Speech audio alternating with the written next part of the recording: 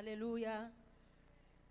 Siyabingelela kwinceku nencekukazi kaNkulunkulu uManganyi nakwindodana yabo nakumfundisi wethu uManganyi nakwi-leadership koobaba koomama kwabasha nakoosisi nakwi-Sunday school yethu and also Sunday school teachers ngelihle igama likaYesu ameni.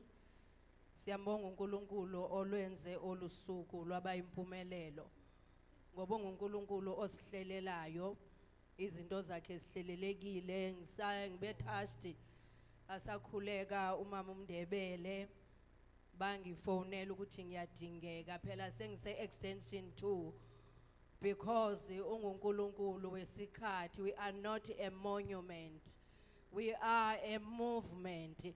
So ikwathema nayo sisikhathi ngizawuthi uThixo yonke into isehlelweni lakhe. Ngikwi-church planting vele ngikhona le permanently. So ngiyalibonga ke ithuba engilinikiwe. Ngisabona nabantwana bengijabulele. I miss you so much and I still love you. So siyabonga kakhulu kwaba kwaManganyi kakhulu, especially indaba ye-sound doctrine. Wafika vele ibandla because ibandla elingekho lapho lilahlekelwa zizinto ezininzi. Nala ku wrong lithi right, nala ku right lithi wrong. So ngokufika kwenu mkhulu like nisiye a mark for a lifetime bathe sibamba isikhathi. Ngiyambonga kakhulu uNkulunkulu ama teachings wenu ayisizile impilo yami kakhulu nokuhlalela izwi, even your Bible studies. So ithi ngenze lokho okuceliwe ukuthi ngikwenze.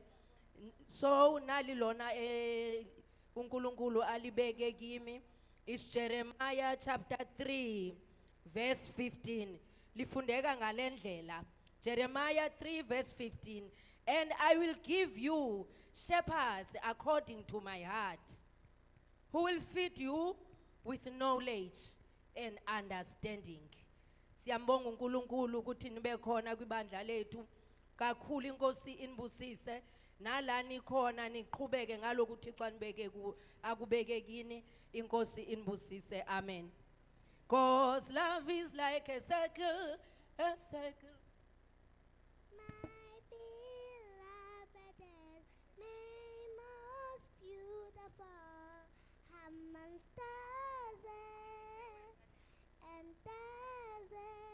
My beloved is my most beautiful among stars and stars.